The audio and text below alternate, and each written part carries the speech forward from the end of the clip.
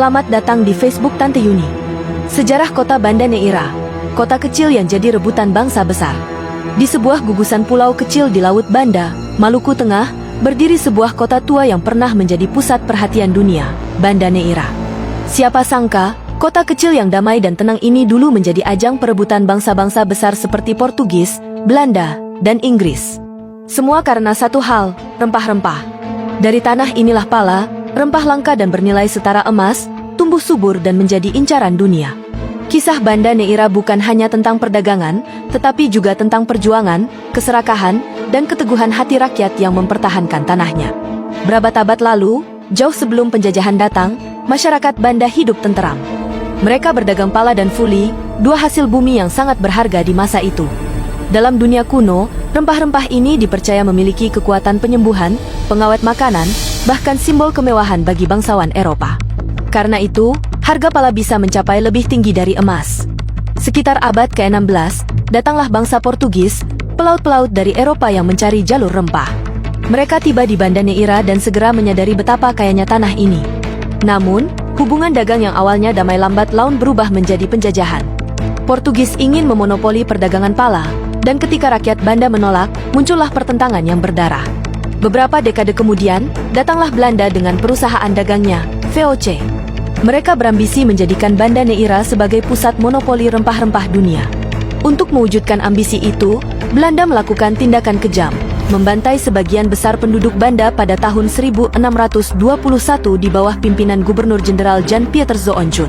Rakyat Banda yang tersisa dipaksa bekerja di perkebunan, sementara banyak yang melarikan diri ke pulau-pulau sekitar. Sejak saat itu, Banda Neira menjadi koloni penting VOC. Belanda membangun benteng-benteng megah seperti Fort Belgica dan Fort Nassau yang masih berdiri hingga kini. Benteng itu bukan sekadar bangunan pertahanan, melainkan simbol kekuasaan kolonial atas tanah Banda. Namun, sejarah selalu punya cara untuk berputar. Pada abad ke-17, Inggris sempat merebut Banda Neira dalam perang dagang dengan Belanda. Ada satu kisah menarik yang menggambarkan betapa berharganya Banda di mata dunia. Pada tahun 1667, terjadi perjanjian Breda antara Belanda dan Inggris. Dalam perjanjian itu, Inggris menyerahkan Pulau Ran, salah satu pulau kecil di Kepulauan Banda, kepada Belanda sebagai tukar guling untuk Pulau Manhattan di Amerika. Ya, pulau kecil di Maluku ditukar dengan wilayah yang kini menjadi kota New York. Sejarah ini menjadi simbol betapa mahalnya nilai rempah-rempah Banda Neira pada masa itu. Meski masa kejayaannya pudar seiring menurunnya perdagangan pala, Banda Neira tetap menjadi saksi bisu perjuangan.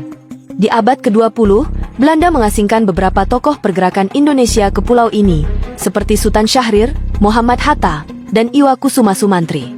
Di tanah yang dulu menjadi pusat kolonialisme, justru tumbuh benih-benih kemerdekaan. Hatta bahkan dikenal dekat dengan masyarakat Banda, mengajar anak-anak, dan berbaur dengan penduduk setempat. Kini, Banda Neira berubah menjadi kota yang damai, penuh sejarah, dan keindahan alam yang menakjubkan. Lautnya biru jernih, terumbu karangnya menawan, dan rumah-rumah tua peninggalan kolonial masih berdiri kokoh di tepi pantai.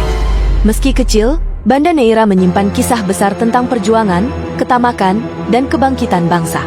Pesan moral dari kisah Banda Neira sangat dalam. Kekayaan alam yang luar biasa bisa menjadi berkah, tetapi juga bencana jika tidak dikelola dengan bijak.